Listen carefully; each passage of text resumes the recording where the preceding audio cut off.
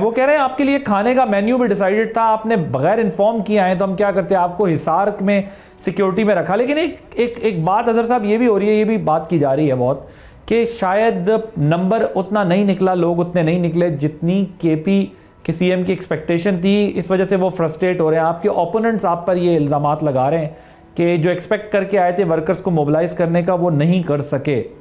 What is your take on?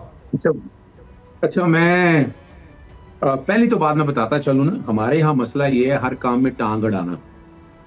तो वफाकी हुकूमत का पंजाब से क्या ताल्लुक, ये किस कैपेसिटी में बात कर रहे हैं या किस कैपेसिटी में ये बात कर रहे हैं, किस हवाले से, ये कुछ सियासी है, ये कुछ सियासी जमानत में मैनेज करना था।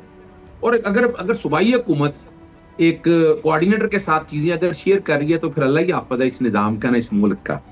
और तीसरी बात बता दूं, एक वकील होने के नाते इन्होंने इंतजाम किया हुआ, इसका मतलब पता था ना इनको, ना इंतजाम किया हुआ था ना, खुद कहा है उन्होंने, डिस्कशन हुई, यानी आने से पहले डिस्कशन होती रही, इसका मतलब सब कुछ पता था इनको। यानी आज बैठ के हम ये कहना कि हमें पता नहीं था, प्रॉब्लम हमारे यहाँ ये है कि हम ना झूठ बोलने पे ज्यादा तवज्जो देते हैं सर। अगर आप चाहते हैं ना कि इस मुल्क में हम आंगी हो ना, हम आंगी हो तो कोई मुश्किल काम नहीं था। रवायात हैं, हम तो देखे ना आंखें बिछाए बैठे होंगे जब आना हो इसमें से किसी का, जरा बताएंगे हम कैसे है, उसका सबूत दे देता हूं। अपना हमारे दौर के अंदर बिलावल भुट्टो साहब जो कहां से चले थे, कराची से, खैबर पख्तूनख्वा, यानी जहां और इस्लामाबाद तक पहुंचे, कोई नजरबंदी की ऑर्डर, कोई 144, कोई जुल्म ज्यादती, कोई झूठे पर्चे, कोई फ्रॉड फ्रेब, कोई रास्ते बंद किए।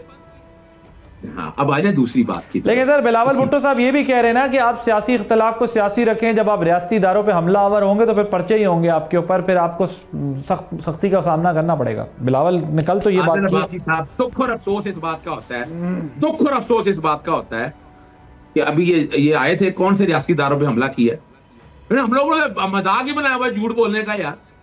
यानी किस बात का, यानी बिलावल भुट्टो यानी भूल गए हैं, यानी उनकी अपनी वालदा से सीख लेते वो सर। वो 9 मई 26 नवंबर और इन दिनों की बात कर रहे हैं। फिर देखिए, फिर वही बात है ना, 9 मई में अभी तक पाकिस्तान तहरीक-ए-इंसाफ का जुर्म साबित हुआ, जिन लोगों ने किया वो भुगत रहे, और ना 26 नवंबर के हवाले से, यानी खुदा। और अगर ये बात करनी है तो फिर बताया ना, क्यों नहीं जाने दिया सुहेल अफरीदी को? तो कोट लखपत जेल में जो आपके लोग इसलिए भुगत रहे हैं सजा 9 मई की वजह से। सर मैं फिर बताता चलूं कि वहां फिर क्यों नहीं जाने दिया कैंट में। अगर हवाई मफरूजों में ये बात करनी है, वो जो खत है ना, अगर वो खत अभी अब 24 घंटे ज्यादा वक्त गुजर गया ना, जवाब लिख सके अभी इनकी हुकूमत को जवाब देना चाहिए था अगर ये सच थे।